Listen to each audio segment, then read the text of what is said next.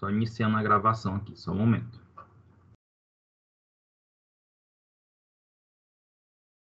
Professor, bom dia. Bom dia. O professor, essa aula está no AVA? Está Essa sim. aula vai dar hoje? Sim, está sim. Ah, tá. Vou Está tentar disponível. entrar aqui. Bom, Obrigada. nada.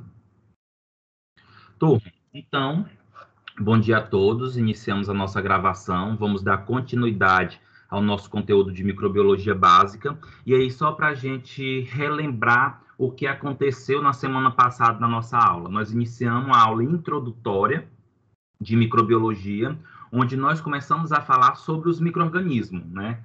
De modo geral, nós começamos a falar sobre as bactérias e, consequentemente, o perfil, né? Como é que é a célula bacteriana.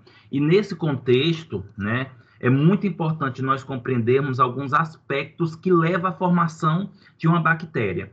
E a aula, ela finalizou, na semana passada, nós ressaltando e mostrando alguns elementos que constituem a bactéria, tá? Inclusive, eu falei para vocês da parede celular, que essa parede celular é o que vai determinar se a bactéria é gram-positiva ou gram-negativa. E pelo perfil do micro-organismo em ser gram-positiva ou gram-negativa, nós temos alguns aspectos de doenças associadas. Geralmente, alguns micro-organismos eles têm uma tendência de ser mais virulento do que outros por causa da parede celular. E hoje nós vamos dar continuidade a essas informações sobre os componentes celular, ou seja, o que compõe a bactéria e qual é a importância de cada elemento. Inclusive, turma, esse é o objetivo do nosso primeiro conteúdo, tá? É vocês saberem o que compõe as bactérias e qual a importância de cada elemento que compõe essa bactéria. E aí, hoje, nós vamos comentar sobre a membrana plasmática. Vamos iniciar falando sobre a membrana plasmática. A membrana plasmática, turma, é um envoltório, né? A membrana plasmática, ela circunda a bactéria e separa o meio externo para o meio interno, tá? Então, de definição, nós temos uma membrana lipoproteica. E aí, quando eu utilizo esse termo lipoproteica, eu estou dizendo que essa membrana que circunda aí a bactéria, gente, ela tem perfil lipídica, ela é formada de lipídio e inserida esses lipídios tem proteínas, por isso que é chamada aí de lipoproteica. E aí essa membrana, ela circunda o citoplasma. Professor Wellington, o que é citoplasma? Citoplasma, gente, é o meio interno da bactéria, tá? O citoplasma é o meio interno da célula. E nesse meio interno está inserida algumas outras organelas. Algumas nós já falamos e outras nós vamos continuar falando aqui, tá? E o objetivo dessa membrana plasmática é separar o meio interno do meio externo. Qual é a função dessa membrana plasmática?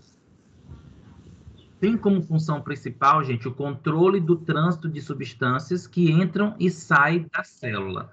Em que sentido é isso? O que se refere a esse aspecto? A membrana plasmática, quando eu dou essa função para ela, quando eu falo desta função, eu estou dizendo o quê? Que a membrana plasmática ela tem capacidade de ser seletiva, turma. E quando eu me refiro a essa seletividade, eu estou me referindo que a membrana ela tem a capacidade, de modo geral, de favorecer o quê? A entrada de substância para dentro da célula e a saída de substância de dentro dessa célula. E qual seria a importância disso? Controle homeostásico. Que controle homeostásico é? É a permissão de controlar a presença de materiais dentro da célula ou fora da célula, tá? E isso vai favorecer, gente, a sobrevida da bactéria, tá?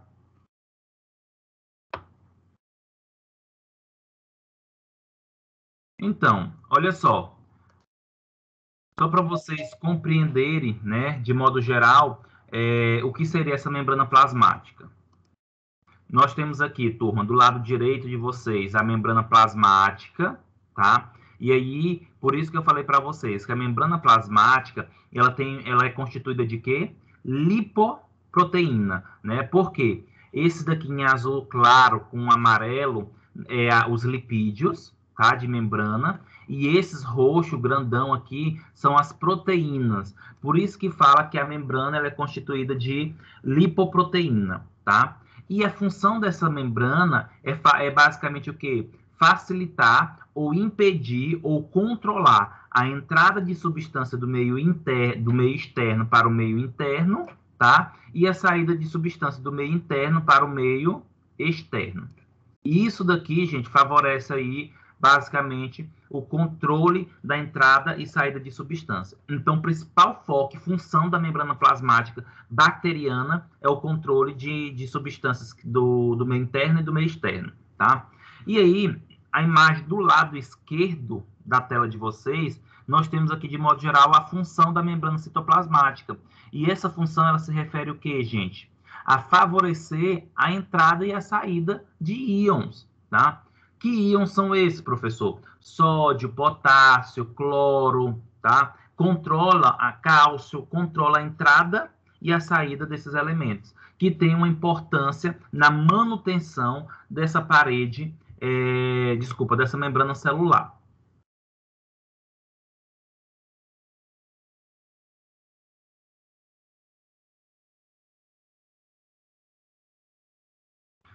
E aí, turma, ainda nessa característica da membrana celular, eu trago para vocês um exemplo aqui de seleção, né, para a entrada de substância ou saída de substância. Lembra-se, toda vez que eu falar entrada de substância, significa que a substância está saindo do meio externo, à célula, e entrando ao meio interno. E quando eu falo saída da substância, é saída de dentro da célula para fora da célula, do meio interno para o meio externo. Esse é um dos pontos principais. Então, observa só nessa imagem que nós temos o quê? A entrada, por exemplo, de íon.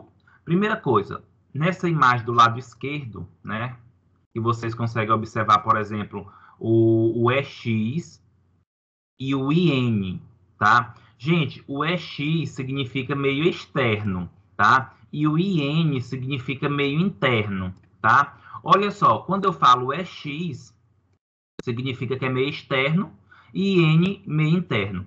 Observa que nós temos aqui um hidrogênio, que é o H+, nós temos aqui um próton, tá? E, consequentemente, esse próton, ele sai do meio externo e entra para o meio interno, tá? Ele é transportado do meio externo para o meio interno. Isso aqui que eu estou comentando para vocês, turma, é literalmente a seleção de substância. É a entrada e saída de substância que tem uma importância aí na homeostasia da célula bacteriana, tá? E qual a importância, por exemplo, dessa entrada de substância? Favorecer, por exemplo, a obtenção de energia para a bactéria, tá? E aí, o que favorece, por exemplo, turma, a entrada e a saída de substância são os transportes, né? Os transportes de substância. Quando nós falamos em transporte de substância, existe, de modo geral, dois grandes tipos de transporte. O transporte passivo e o transporte ativo. O transporte passivo é aquele que a substância ela sai facilmente do local e entra facilmente no outro local, tá? A gente fala que o transporte passivo é aquele que não tem gasto de energia. Tá? Por que não tem gasto de energia? Porque a substância ela vai a favor do gradiente. O que seria esse a favor do gradiente? Ela sai da onde está mais concentrada para a região menos concentrada. Tá? Como também, gente, existe o transporte ativo. O que é o transporte ativo? Também é o deslocamento de substância de um local para o outro.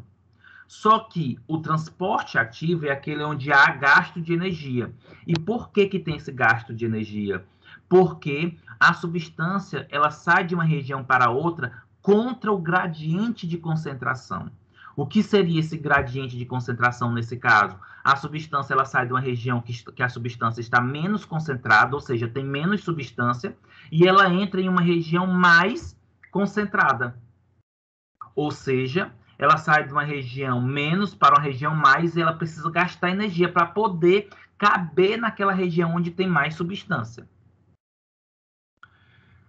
E aí, turma, esse transporte, né? Quando a gente fala desse transporte de substância de um local para outro, existe vários tipos de transporte. Existem dois tipos de transporte, o ativo e o passivo. E dentro desses dois transportes existem os subtipos, né? Por exemplo, dentro do transporte passivo, nós temos a difusão simples, a difusão facilitada, a difusão entre membrana, tá? E dentro do transporte ativo, nós temos a endocitose, a fagocitose, a exocitose. Então, de modo geral, existem alguns tipos de transporte que se cabe dentro desse perfil, tá? E aí vocês podem estar se questionando, mas qual seria a importância, nesse caso aqui, de compreender esse tipo de transporte? Gente, eu estou falando de um componente celular da bactéria, que é a membrana plasmática. Se eu estou falando da membrana plasmática, é importante eu conhecer a função dessa membrana. E a função dessa membrana é o quê? Controlar a entrada e a saída de substância. E esse controle está associado a esses transportes, em permitir ou não a entrada e a saída dessa substância. E por que isso é importante? Para favorecer a homeostasia bacteriana. O que é homeostasia bacteriana? Sobrevida da bactéria dentro do seu equilíbrio. Tranquilo, turma? Professor, Oi. bom dia. Bom Você dia, pode repetir para mim o que você acabou de falar, a função? Só repete para mim, por favor. Certo, Tayana. Olha só, vou repetir um aspecto importante que eu quero que vocês saiam dessa aula. Conheça quais são os componentes das células bacterianas. Um dos componentes que eu estou mostrando agora é a membrana plasmática que a bactéria tem. E, consequentemente, é importante eu saber a função de cada componente. E a função da membrana plasmática é favorecer o controle da entrada e saída de substância da célula. Por quê? Se a membrana controla, ela consegue literalmente dizer o que pode entrar dentro da célula e o que pode sair. Mas por que isso é importante? Porque uma vez que a membrana controla a entrada e a saída de substância, ela controla as funções fisiológicas da bactéria. Ela deixa a bactéria no seu estado, vamos dizer assim, entre aspas, saudável.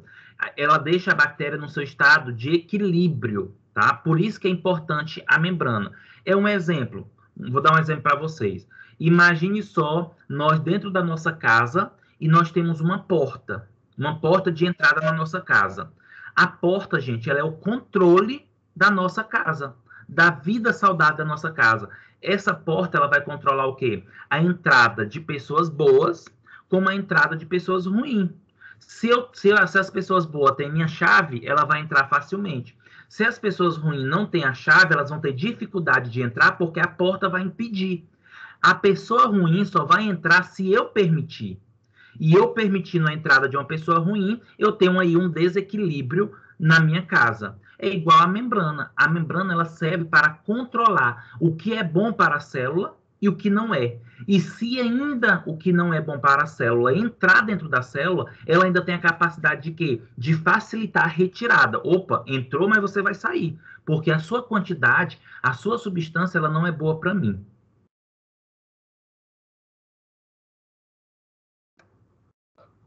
Ficou mais claro, Tayana? Sim, muito mais claro. Obrigada, professor. Nada.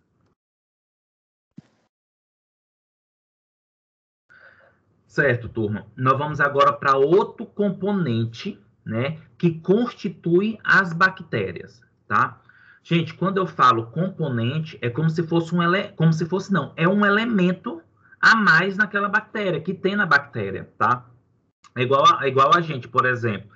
Se eu perguntasse para vocês, quais são os componentes que compõem o sistema digestório? Aí alguém vai dizer assim, o estômago. Mas além do estômago, o sistema digestório é feito por outra coisa? Tem outra coisa? Tem o intestino, o ânus, a boca, o esôfago. Então, o que eu estou falando aqui para vocês é quais são os componentes que constituem a bactéria. É como se a gente tivesse pegado a bactéria, turma, e desmontado ela. Tiramos cada parte da bactéria e agora nós estamos montando a bactéria e dizendo o que cada coisa é e a importância dessas situações na bactéria. Turma, e agora eu falo para vocês dos ribossomos, tá? Os ribossomos, eles são estruturas celulares envolvidas na tradução de RNA mensageiro e, consequentemente, na síntese proteica. Então, o ribossomo é uma organela que tem nas bactérias, que tem como principal função produzir proteína. Gente, proteína é uma macromolécula que é importantíssimo para a sobrevida da bactéria. Se a bactéria não produz as proteínas essenciais para a sua sobrevida, a bactéria ela morre ou a bactéria não se desenvolve, tá? Só para vocês terem ideia, por exemplo, quando eu falo dessa síntese proteica, tanto as bactérias quanto o nosso corpo, gente, ele produz substâncias que a gente fala, substâncias essenciais. O que são substâncias essenciais? São aquelas substâncias que nós precisamos para sobreviver, que se nós não tivermos, a gente deixa de funcionar.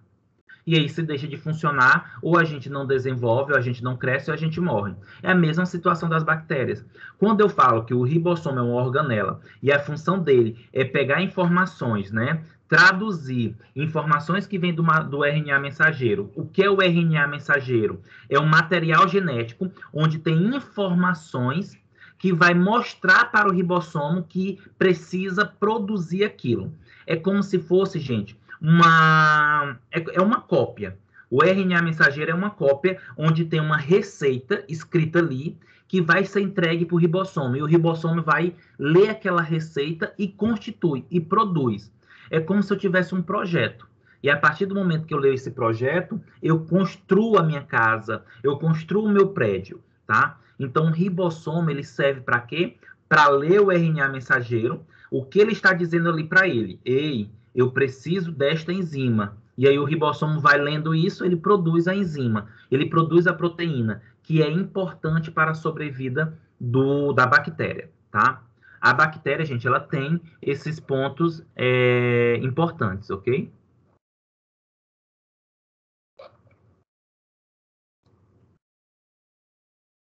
Só um momento, turma.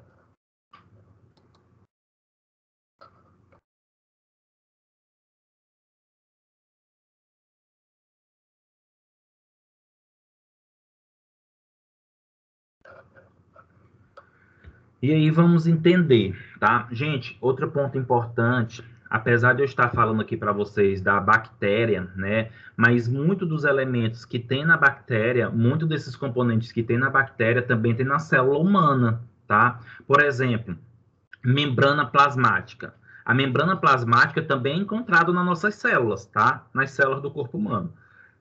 Ribossomos também é encontrado na célula humana. Nós também temos os ribossomos. A diferença, turma, é que dependendo da característica do indivíduo, nós temos constituições diferentes. Então, a membrana plasmática da bactéria, ela é constituída em alguns aspectos diferentes da membrana plasmática do ser humano. O ribossomo da bactéria, em algum momento, ele é constituído por situações diferentes dos ribossomos da célula humana. Então, turma, como eu falei para vocês que nós também temos, né, o ribossomo, é importante nós compreendermos o quê? Os ribossomos procariôticos diferem dos ribossomos eucariôticos, por serem um pouco menor. Compreendendo, lembrando da aula passada, seres procariôticos, células procariôticas, né? São células unicelulares, constituem um ser unicelular, que é o exemplo da bactéria. Lembra quando eu falo seres procariôticos, é porque eles são formados por uma célula procariôtica, que eu já até expliquei como é que é essa célula, tá? É diferente de células de seres eucariôticos. Lembra que quando a gente fala seres eucariôticos, eu estou dizendo que é um ser vivo, que é constituído por um tipo de célula chamado eucariôtica. E em que momento é diferente? As células procariôticas, elas têm um tamanho, as células procariôticas, os ribossomos, é constituído por duas subunidades. Uma subunidade chamada 30S e uma subunidade chamada aí 50S. No final, gente, esses ribossomos, eles têm aí a sua capacidade de ser um pouco menor, porque se somando dá 70S, tá? A subunidade 30, a subunidade 50, mas no final o ribossomo como um todo é 70S. Enquanto, gente, as células eucariôticas, os ribossomos é um pouco maior e no final a sua constituição ribossomal é chamada de 80S. As duas subunidades acabam sendo 80S. Professor, não estou conseguindo compreender essa questão das subunidades, o que seria essa 30S, 50S. Eu vou passar um slide e volto de novo aqui, tá? Só para vocês ficarem mais claros.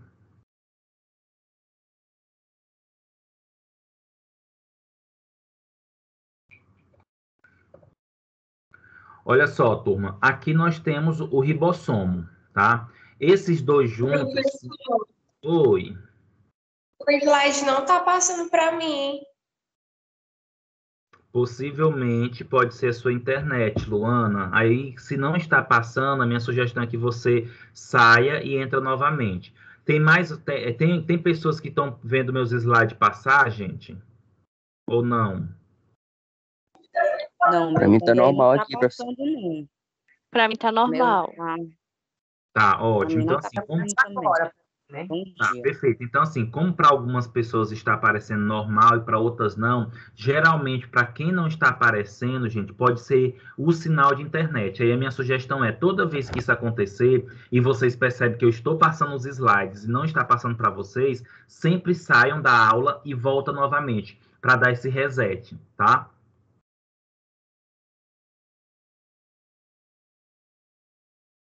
E aí, turma, nesse slide aqui 15, que eu estou mostrando o ribossomo, observa o quê? Que nessa porção C, né, nessa imagem C, nós temos o ribossomo completo, que é a ligação das duas subunidades, que no final dá 70S, tá?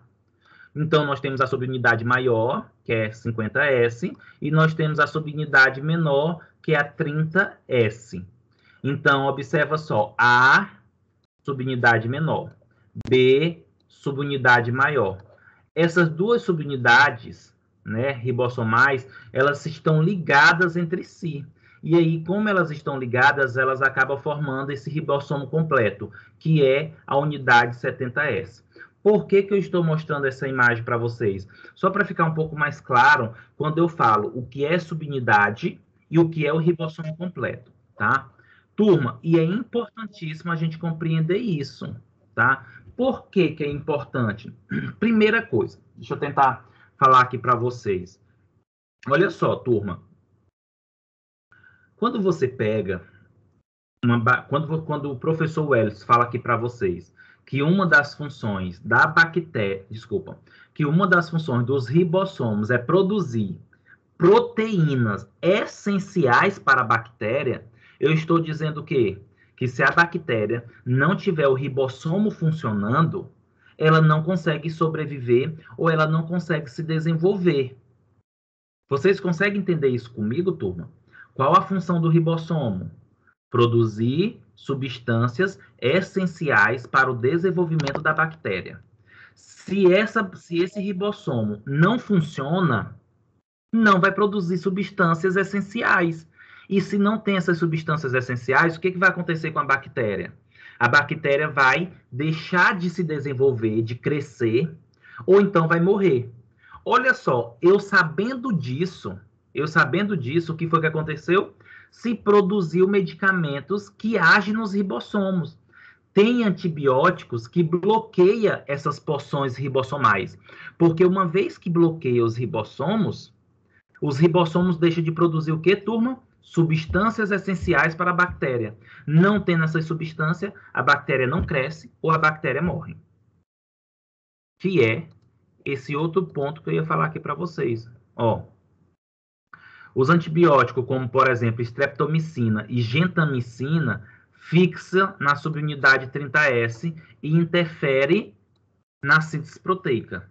Os antibióticos como eritromicina e clorafenicol interferem na síntese proteica pela fixação na subunidade 50S. Ou seja, nós temos antibiótico que tanto pode se ligar na unidade 50S, como também pode se ligar na unidade 30S.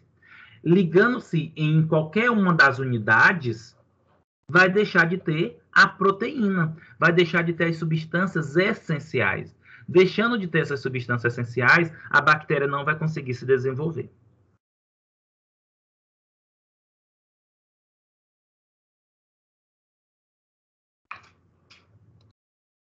E aí, turma, ficou claro? Ou se cale-se para sempre?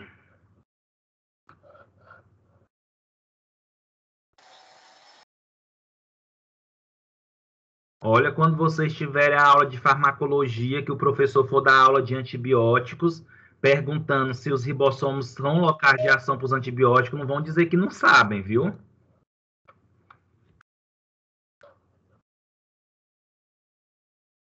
Então, vamos prosseguir, tá bom?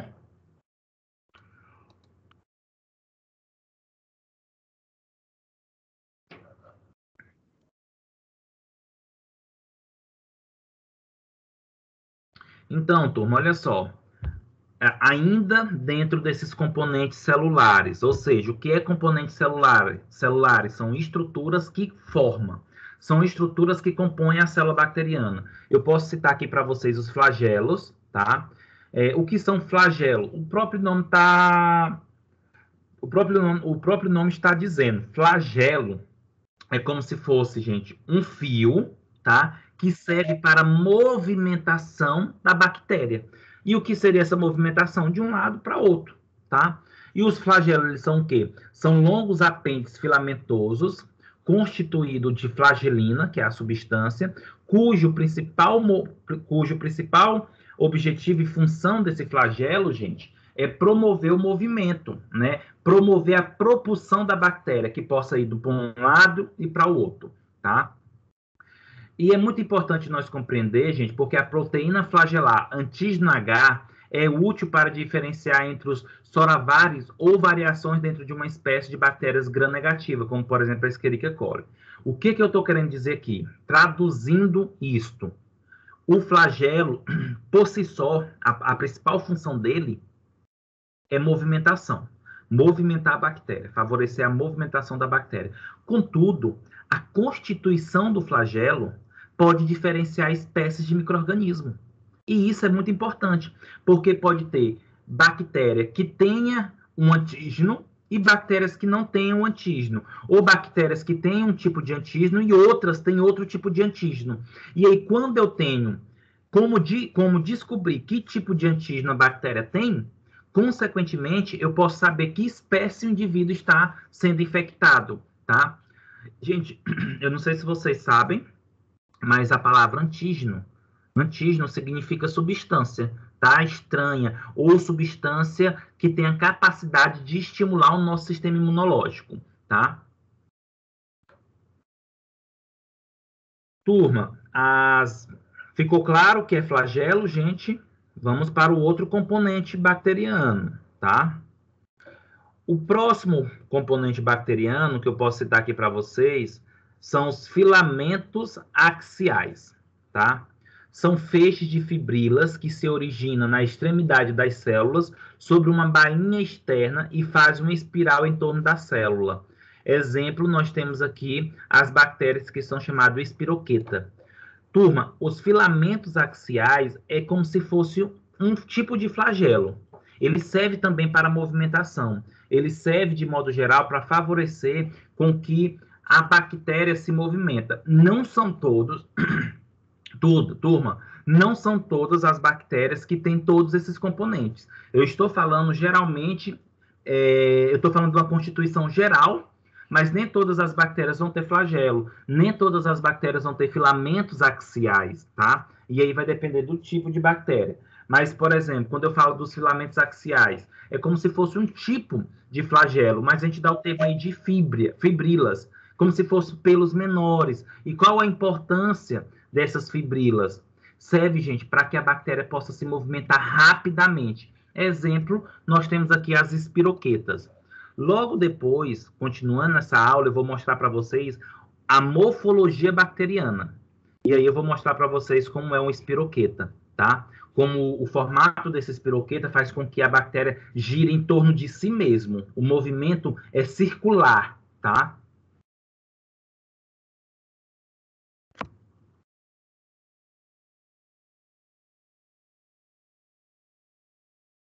Turma, só um momento enquanto eu pego uma água, tá?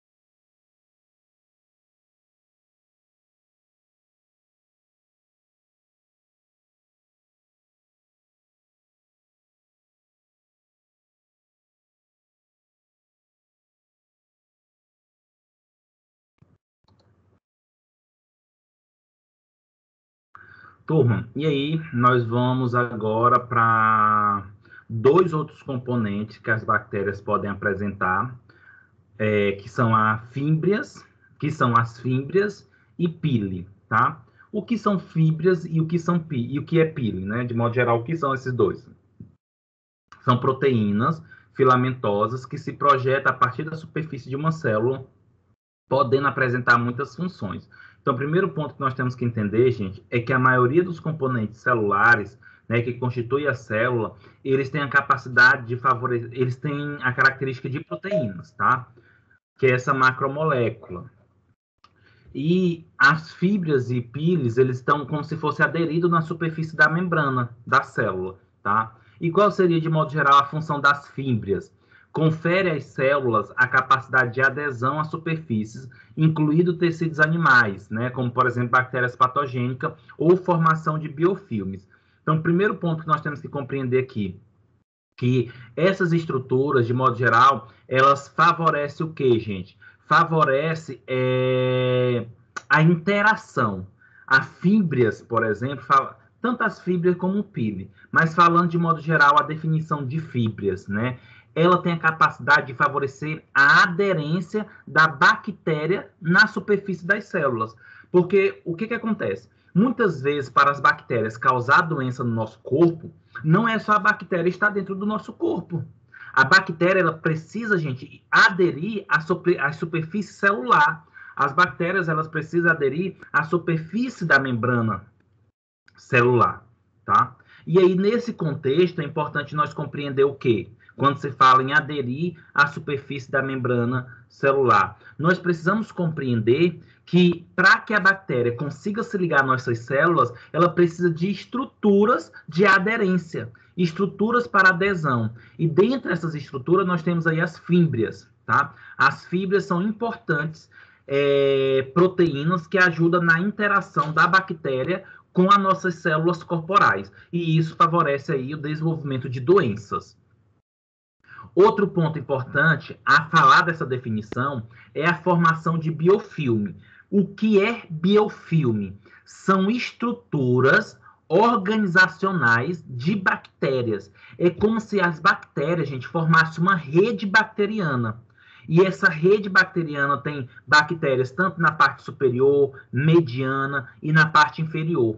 Essa organização estrutural de bactéria favorece uma interação entre elas e favorece vários fatores, como proteção à bactéria, fatores de virulência para o desenvolvimento dessa bactéria e infecção no hospedeiro.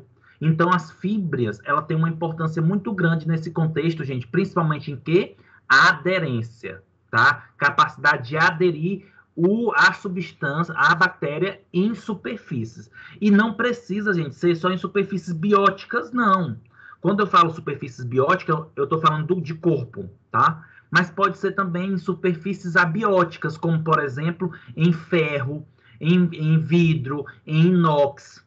Inclusive, existem vários estudos aí que mostram, por exemplo, que pessoas que ficam muito tempo internadas dentro do hospital têm tendência de terem infecções hospitalares. Um dos motivos é o quê? Porque fica, por exemplo, entubado ou utiliza muito equipamentos, e esses equipamentos ficam muito em contato com o corpo por muito tempo, e as bactérias começam a aderir a esses equipamentos. E aí começa a formar biofilme, esse biofilme ele deixa a bactéria mais resistente, favorece a produção de fatores de virulência, que é para o desenvolvimento da bactéria e a morte e a doença do hospedeiro, e isso leva a algumas complicações.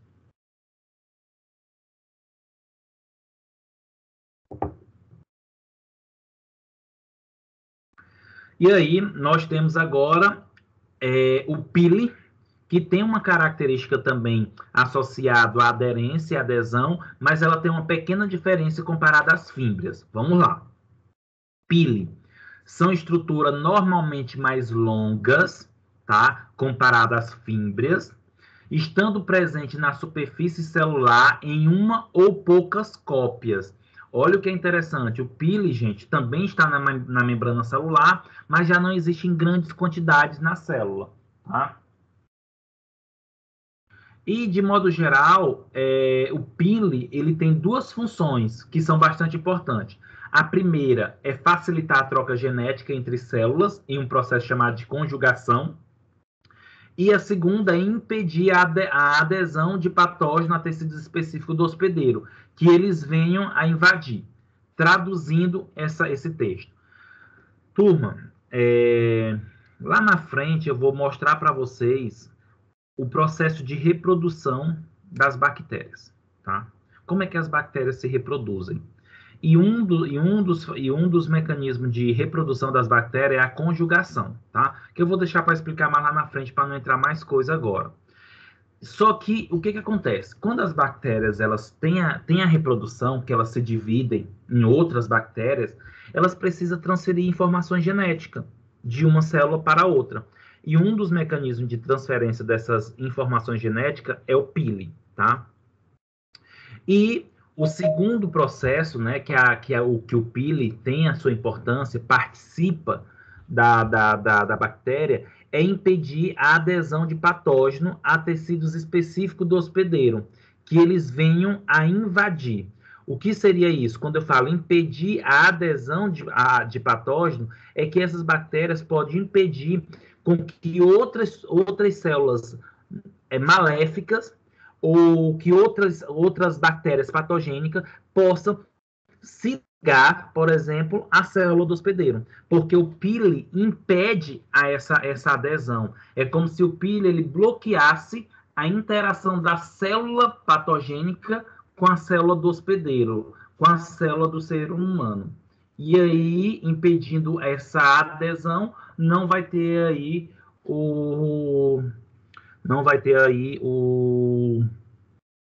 a interação da célula com o hospedeiro e dificulta a possibilidade de uma infecção.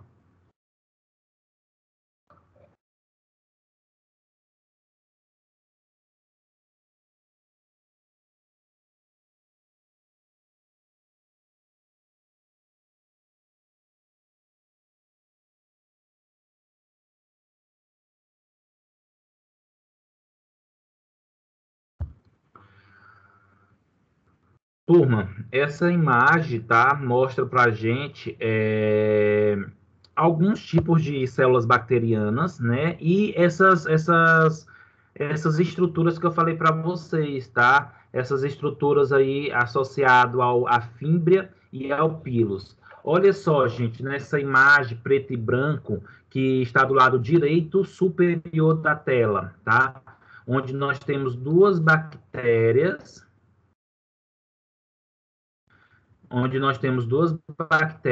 e tem um cordão ligando uma bactéria a outra, tá? E aí, esse cordão que liga uma bactéria a outra, isso daqui, gente, é o pilus, tá? Isso daqui é o pílus. E o que está acontecendo aqui entre essas duas bactérias? Gente, e se vocês observarem, essas duas bactérias elas têm a aparência de ser até diferente, tá? Uma da outra. Então, nós temos aqui uma bactéria transferindo informações genéticas para a outra, tá? E essa transferência genética aqui de uma bactéria para a outra é para passar informações o quê? De resistência, por exemplo. Então, talvez essa bactéria aqui, turma, nem tenha resistência a antibiótico, mas essa outra pode ter. E aí, essa que tem, passa a informação para a outra sobre a resistência bacteriana através do pílus, tá? E aí, turma, nós temos várias imagens aqui, por exemplo, tanto de flagelo, tá? Como também de fíbrias, de pílus, tá? Tranquilo? Alguma pergunta, turma, sobre esse ponto? Tem bactérias que o flagelo é envolto, turma, da própria bactéria, tá? Então, tudo vai depender do tipo de bactéria e da característica dela, tá? Ah, professor, mas eu pensava que flagelo tudo tinha o mesmo formato. Eu pensava que fibras tudo tinha o mesmo formato. Não, turma. Quando eu estudo a estrutura flagelo, quando eu estudo a estrutura fibra ou pílus, eu tenho que entender o que é. Mas o formato deles pode mudar de acordo de bactéria para bactéria.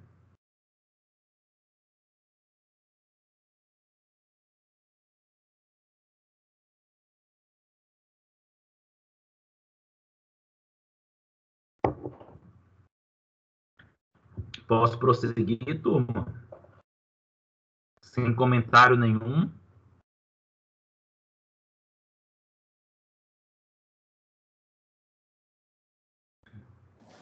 Pode sim, professor. Certo. Gente, para quem está vendo, né, quem está observando essa imagem aqui das bactérias, eu vou logo avisando para vocês que nós não conseguimos ver as bactérias desta maneira bonitinha aqui, tá? Então, quando nós tivermos nossa prática, que eu vou mostrar para vocês alguns tipos de bactérias, a gente não vai ver dessa maneira, não. Essas imagens que eu estou mostrando para vocês são imagens que são utilizados microscópios de varredura, microscópios altamente sofisticados, que conseguem ver detalhes das estruturas. O microscópio que nós trabalhamos é o microscópio óptico, então eu só vou verificar o formato da bactéria, mas vai ser muito difícil eu ver essas fibras, esses pílulos, o flagelo, tá? Eu consigo observar o rearranjo da bactéria, mas não consigo ver os componentes dessas bactérias.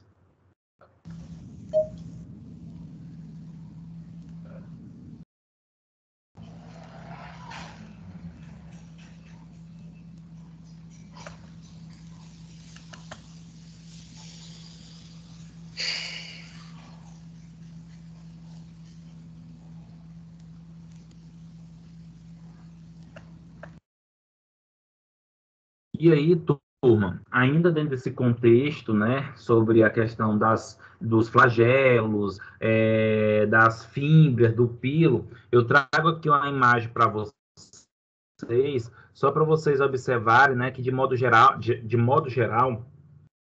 essas estruturas favorecem a locomoção, favorece a adesão. Olha só um exemplo aqui, turma. Nós temos aqui, por exemplo, uma bactéria gram-negativa, tá? E aí, nessa bactéria gram-negativa, nós temos, por exemplo, aqui o flagelo, tá? Nós temos aqui o flagelo, bem na extremidade, ok? E aí, uma coisa interessante é que se a gente pegar a ponta aonde sai o flagelo na bactéria e eu aumentar, eu posso observar o quê? Que o flagelo, ele é filamentoso, tá? Por isso que tem constituído da flagelina, como também esse flagelo ele está aderido na parede e na membrana celular, tá? Oi, Nayane, fique à vontade. Professor, o slide tá em qual? Porque eu entrei agora, aí não tô conseguindo ver. A tela tá em branco. Tá, eu estou no 19º slide, tá? No 19. É uma figura onde mostra o flagelo e essa figura ela traz a ampliação do flagelo na célula, tá? Tá bom, ok, professor, já achei aqui, obrigada. De nada.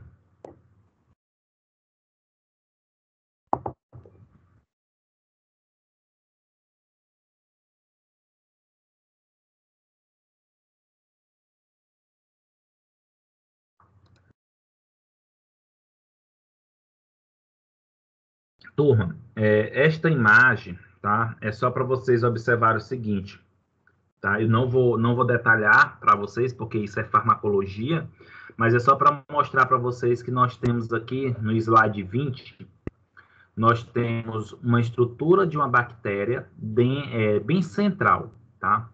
Bem central, nós temos aqui a estrutura da bactéria. E aí nós temos na bactéria a membrana, tá? Que é essa mais azulzinha, tá? A membrana citoplasmática, que é essa azulzinha. Nós temos a parede celular, que é essa mais externa, tá? É cinza, marrom, na verdade. E aí nós temos o DNA, nós temos o RNA, nós temos os ribossomos, e nós temos aqui algumas substâncias importantes para o metabolismo da bactéria, como, por exemplo, o PABA, né? Que é para a formação aí do ácido fólico. Mas o que eu quero que vocês olhem e observem nessa estrutura, que, turma, tudo isso que vocês estão vendo do lado aí, por exemplo, síntese da parede celular, DNA girase, enlogação do RNA, RNA polimerase, DNA dependente, síntese proteica, né, 50S, 30S, síntese proteica do RNA, síntese de lipídios, estrutura e função de membrana citoplasmática. O que é isso? Abaixo de cada elemento desse, nós temos os nomes dos medicamentos. O que eu estou mostrando nessa imagem é que, para cada ponto dessas estruturas da bactéria, nós temos aí fármacos antibióticos que podem agir para facilitar o quê? A morte da bactéria ou o crescimento retardado dessa bactéria, né? Toda vez que um antibiótico ele mata a bactéria, nós falamos que esse antibiótico é bactericida. E toda vez que esse antibiótico ele diminui o crescimento dessa bactéria, a gente fala que o antibiótico ele é bacteriostático, tá? E no final, ele impede que a bactéria se desenvolva. E o corpo que tem que, literalmente, tentar resolver a infecção. A bactéria não cresce mais, o corpo vai lá, o sistema imunológico vai lá e tenta combater a infecção, tá?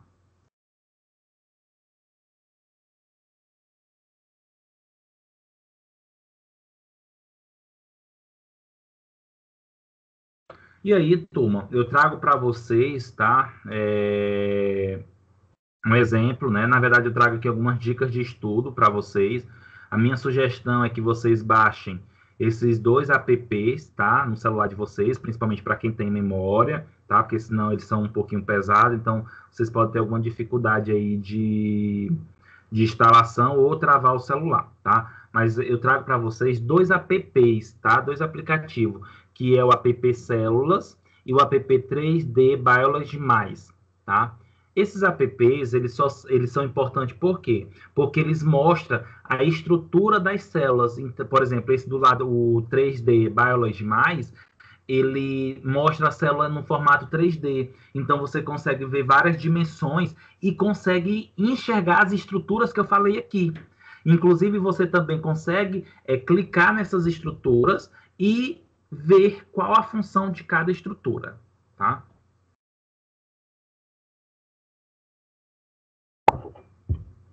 É só uma dica aí de estudo para vocês.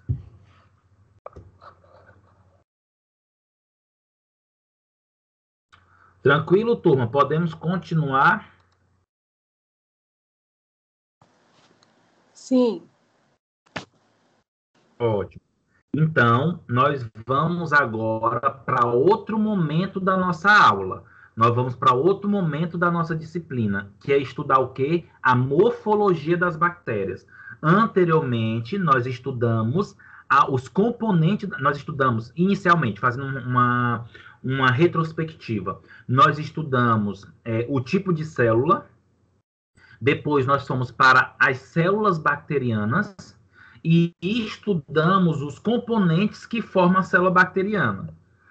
Agora nós vamos estudar, turma, o formato das bactérias, como é que as bactérias se formam, tá? Por isso que a gente fala aqui morfologia bacteriana. Turma, primeiro ponto. Toda bactéria é igual? Só porque eu digo que é bactéria? Não. As bactérias não são iguais. Independente, por exemplo, de eu dizer, as bactérias gram-negativa.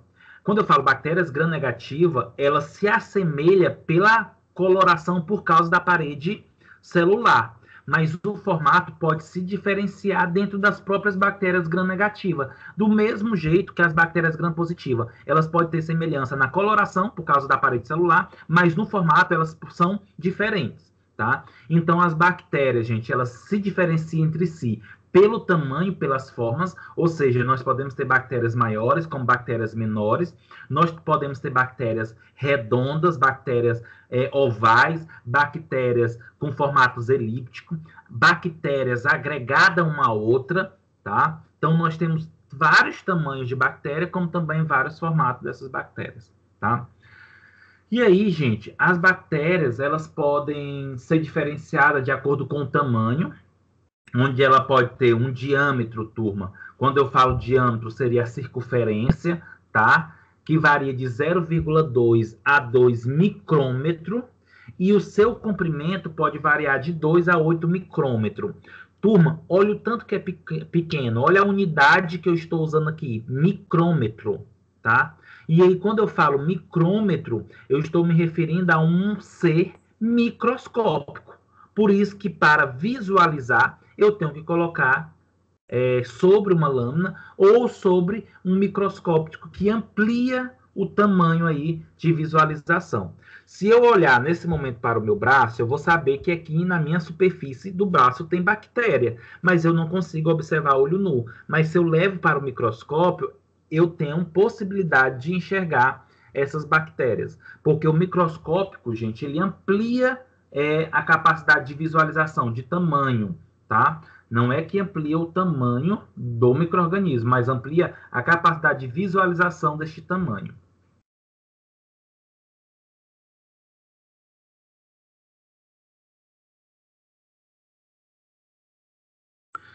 Turma, as bactérias, elas têm duas formas básicas, né? Que são os cocos. Esses cocos, eles geralmente são esféricos, tá? Ou seja, redondinho. E eles, quando a gente fala cocos, vem aí de frutificação. Porque geralmente nós temos alguns tipos de cocos que eles têm um formato como se fosse, por exemplo, de cacho de uva, tá? Por isso que utiliza aí o termo cocos, que vem de frutificação. Já a outra forma básica, tá, gente? A outra forma básica eu falei duas formas básicas, mas não, gente. Na verdade, são três formas básicas, que são os cocos, os bacilos e o espiral, tá? Então, os cocos têm um formato aí de coco mesmo, redondinho. Nós temos um outro formato, nós temos uma outra forma básica, que são os bacilos, que tem um formato de bastão, tá? Que é mais alongado, que significa aí bastonete, por isso que vem de bastão. E nós temos a outra forma básica, que é o espiral, que é o formato em espiral, em curva das bactérias, tá? Professor, tem bactéria que é coco e espiral ao mesmo tempo? Não. Ou é um coco, ou é um bastonete, ou é um espiral. A questão é que eu posso ter cocos juntos, bastonetes mais juntos ou maiores, aí vai depender da bactéria, tá?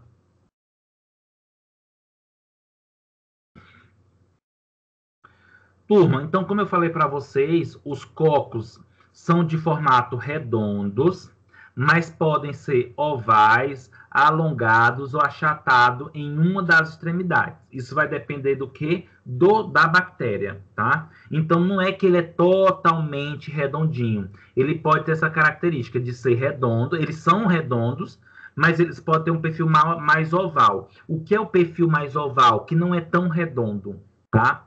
E ele pode ser um pouquinho alongado e também achatado em uma das extremidades da bactéria, tá? E aí nós temos algumas variações de cocos. Nós temos o coco, nós temos o diplococo. O que é esse diplococo? É quando nós temos dois cocos juntos, tá? Nós temos as sacinas, as tétrades, os estafilococos e os streptococos, que são os tipos de cocos, tá? Que eu vou mostrar para vocês na imagem.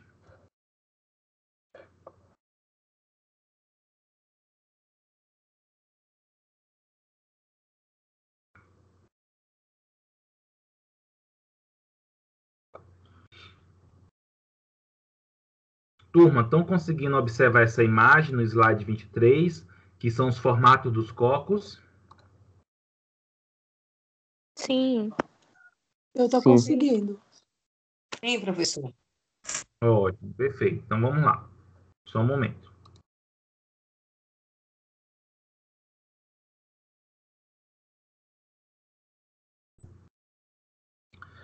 Então, turma, olha só. Vamos partir, né, do eixo esquerdo para a direita. Eu vou começar a falar do lado esquerdo de vocês para o direito.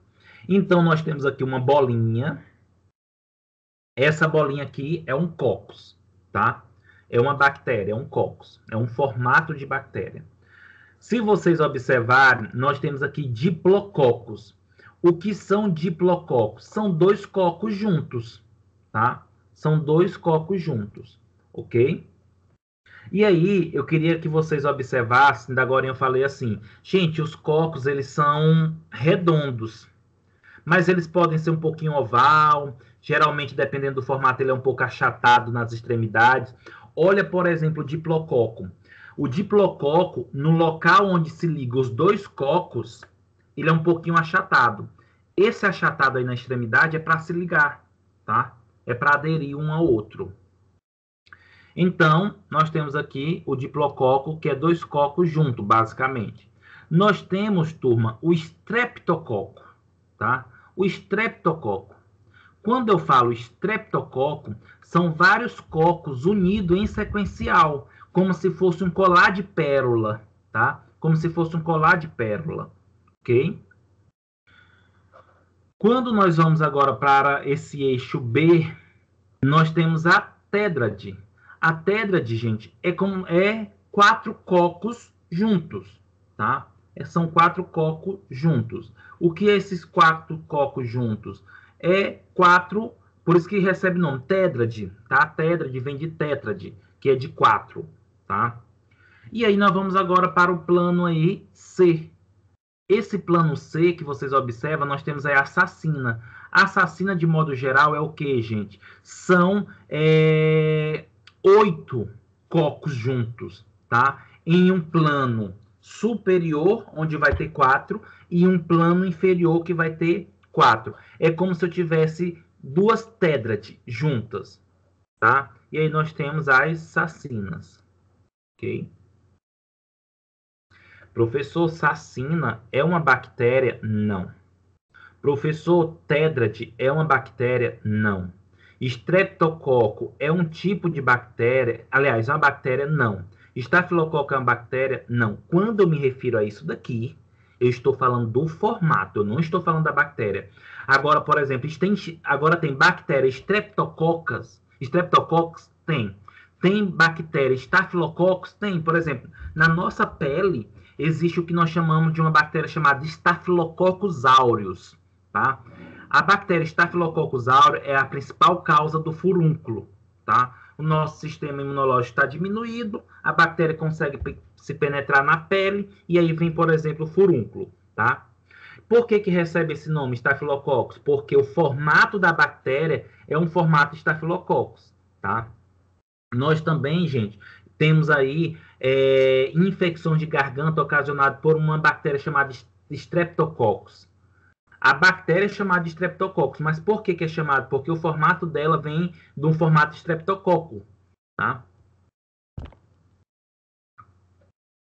E aí, turma, nós temos aqui o formato Staphylococcus, que é esse formato D, tá? O formato Staphylococcus, turma, recebe aqui esse nome porque ela se parece com um cacho de uva, tá? se parece com um cacho de uva. E Staphylococcus, observa, como se fosse vários cocos agregados entre si, formando como se fosse esse cacho de uva. E é muito importante vocês compreenderem isso, porque o formato vai levar uma característica da bactéria, tá? Então, trouxe para vocês o Diplococcus, o Streptococcus. Não confunda Streptococcus com Staphylococcus, tá? Strepto é o formato de colar, e Staphylococcus é o formato de cacho de uva, tá? A Saccina é como se fosse em 2 planos, superior e inferior, com 4, e a Tétrade é 4 cocos juntos.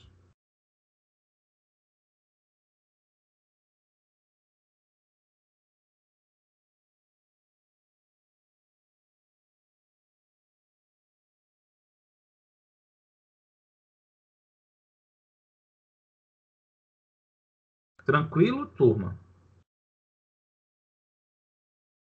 Muita informação.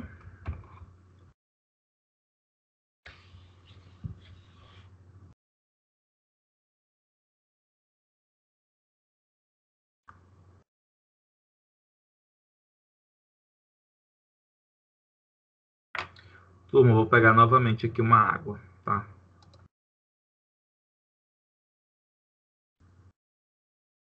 Aproveita também, gente, quem tiver aí perto, pega um pouquinho de café, toma, para ficar um pouquinho mais acordado.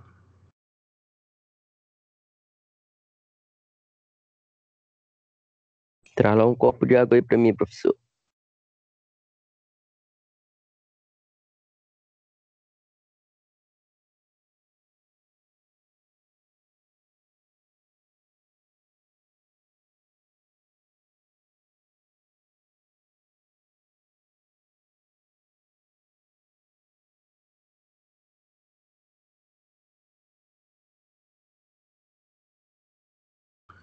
Infelizmente não tem como levar, né? Mas a minha vontade nesse momento não é nem da água, é do café, para ficar mais esperto. Só que quando se toma café, turma, principalmente quando você fala muito, o café, ele favorece a formação de pigarro, né? E aí você tem um pouquinho mais de dificuldade na fala. Por isso que é preferível nesse momento beber água. Mas minha vontade é do café, para a cafeína deixar mais esperto aí.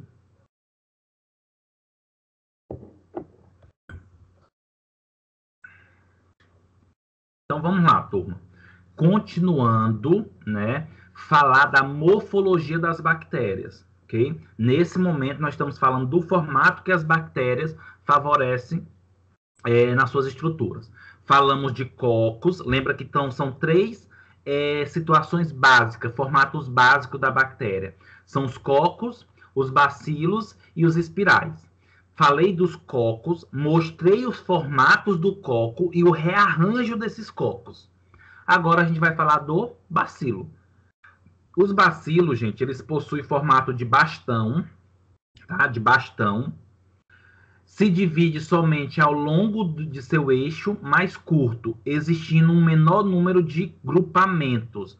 O que seria isso? Você não vai ver, gente, um bacilo com vários bacilos juntos. Na verdade, tu pode ver um bacilo mais alongado, tá? Mas não um sobreposto ao outro, como nós observamos no cocos, tá?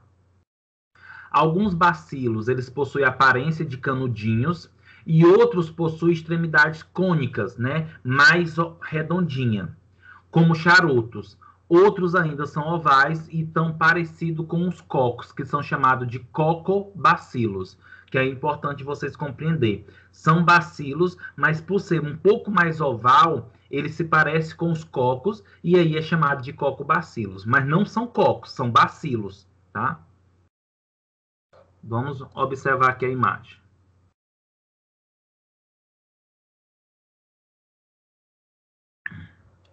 Olha só, turma. Na imagem A, nós temos o bacilo isolado, tá?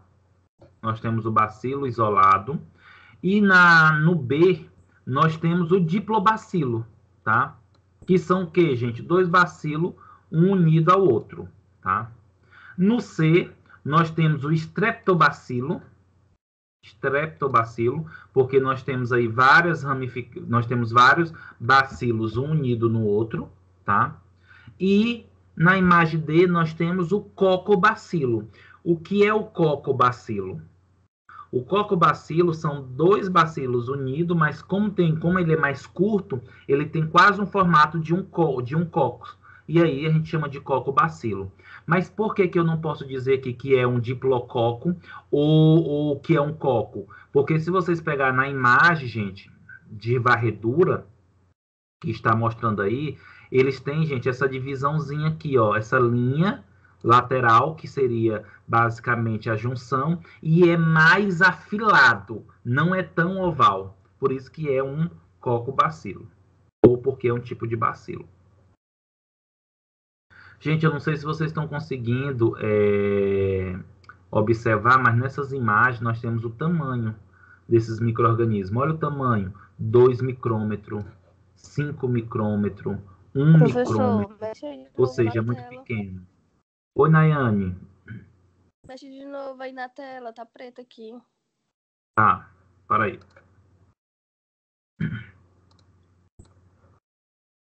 Voltei.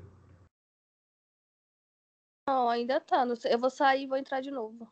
Tá bom.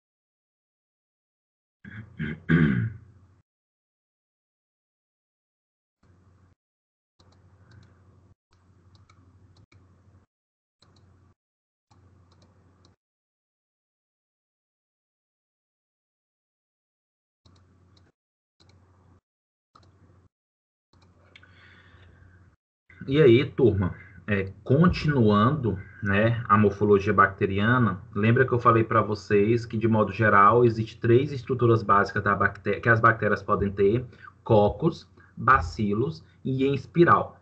Falamos de cocos, falamos de bacilos e agora a gente vai falar das espiral. Gente, as bactérias em espirais possuem uma ou mais curvaturas, tá? Quando eu falo curvaturas, é a curva no próprio corpo morfológico dessas bactérias, tá? Nós temos aqui os víbrios, que se assemelha a bastões curvos, tá? Ou seja, é um bastão, mas ele é curvo, tá? Nós temos os espirilos, tem um formato helicoidal, ou seja, turma, é como se fosse um formato em forma de curva. O que é helicoidal? É o formato, gente, como se fosse da característica de DNA, tá? É como se tivesse várias curvas em seu eixo mesmo. E tem um corpo rígido, tá? E nós temos o espiroqueta, que tem um formato helicoidal, mas o corpo já é flexível, tá?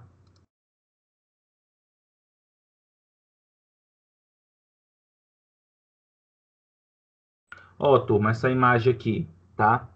Essa imagem, no slide 28, mostra o que eu comentei para vocês. Olha o exemplo aqui, gente, os víbrios. Os víbrios, observa que é como se fosse um bacilo, tá? Só que ele acaba não sendo um bacilo e entra no espiral porque na metade do seu corpo ele se dobra, tá? Ele se dobra. Por isso aqui que é um víbrio, tá? Olha só o espirilo, né? Observa essa bactéria que na metade do corpo é como se desse uma volta, tá? E já o espiroqueta, olha a quantidade de voltas que o espiroqueta ele apresenta. Por isso que diz que é um pouco mais flexível, tá? Gente, e esses formatos, eles são essenciais aí para desenvolvimento de várias doenças, movimentação. Ok. E aí, turma, ainda existe alguns formatos de bactérias um pouco mais específicas, vamos dizer assim, especiais. Olha só, existem bactérias que a sua estrutura básica já tem formato de estrela, que é o gênero Stella, que a gente vai ver lá na frente. Tem bactérias que são retangulares e planas. Exemplo, arquibactérias halofílicas, do gênero Aloárcula.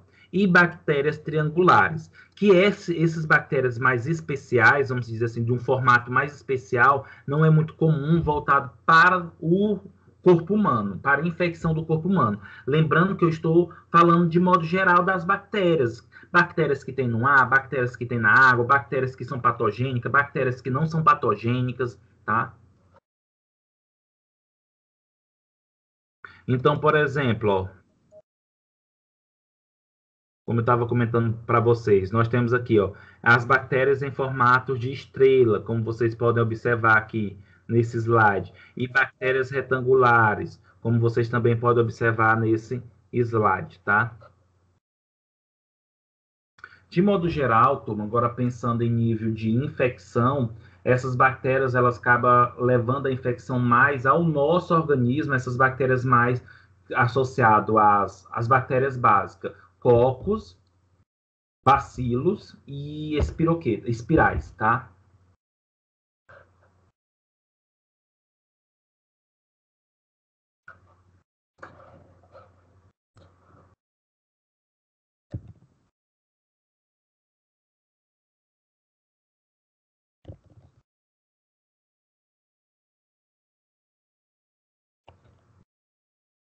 Só um momento, turma.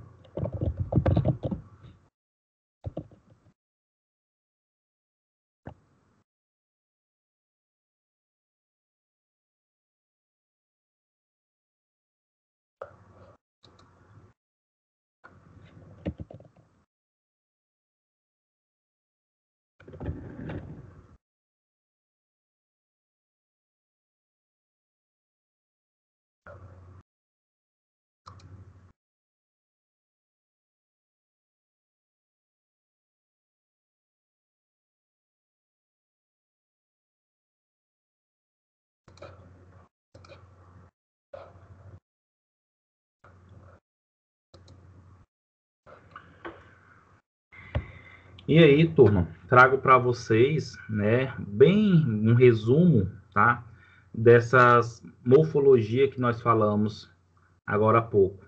Nós falamos aqui dos cocos, dos bacilos e outros. Lembrando que esses outros aqui são as bactérias em espirais, tá?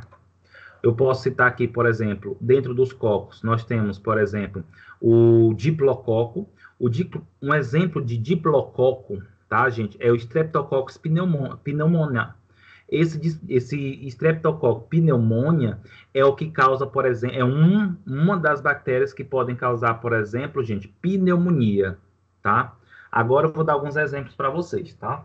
Então, diplococo é uma bactéria, né? Um exemplo de diplococo que tem esse formato é a bactéria Streptococcus pneumoniae, que é uma das bactérias que pode estar associada à pneumonia, tá? Por exemplo, no Streptococcus, tá? O Streptococcus, nós temos aqui o Streptococcus pyogenes, que é uma das bactérias que está associada à infecção de garganta, tá?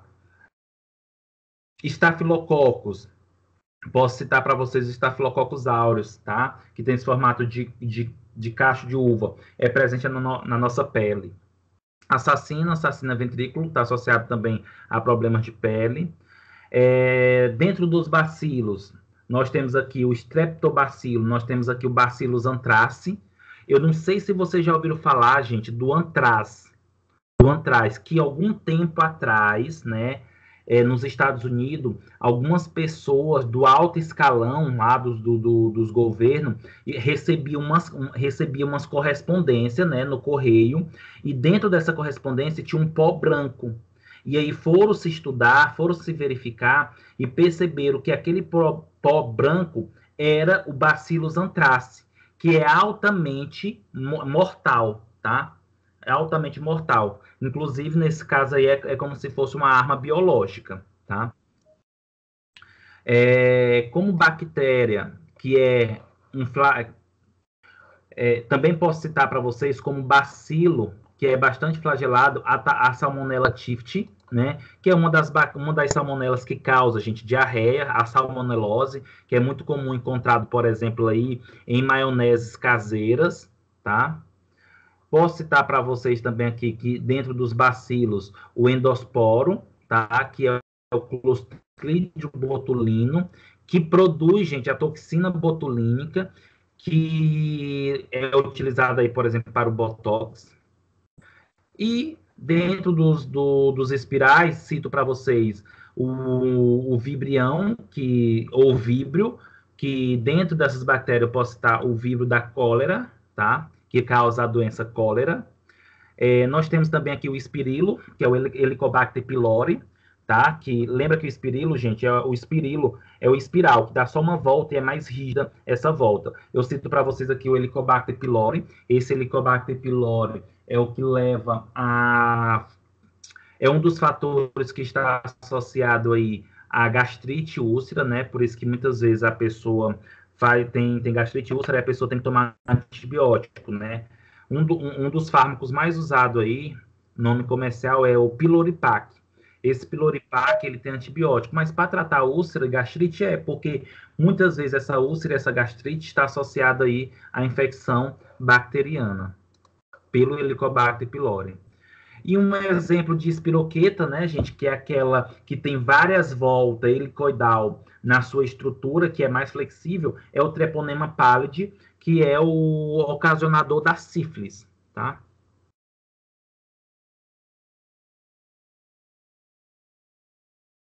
Ok, turma?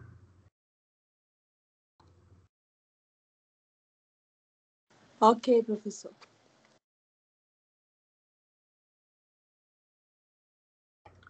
Olha só, turma, outra dica de estudo para vocês estudarem especificadamente essas características, ó. APP, Bactéria Interativa Educacional, VR, tá? Esse app aqui, ele também mostra em 3D, e eu trouxe até um modelo aqui para vocês, ó.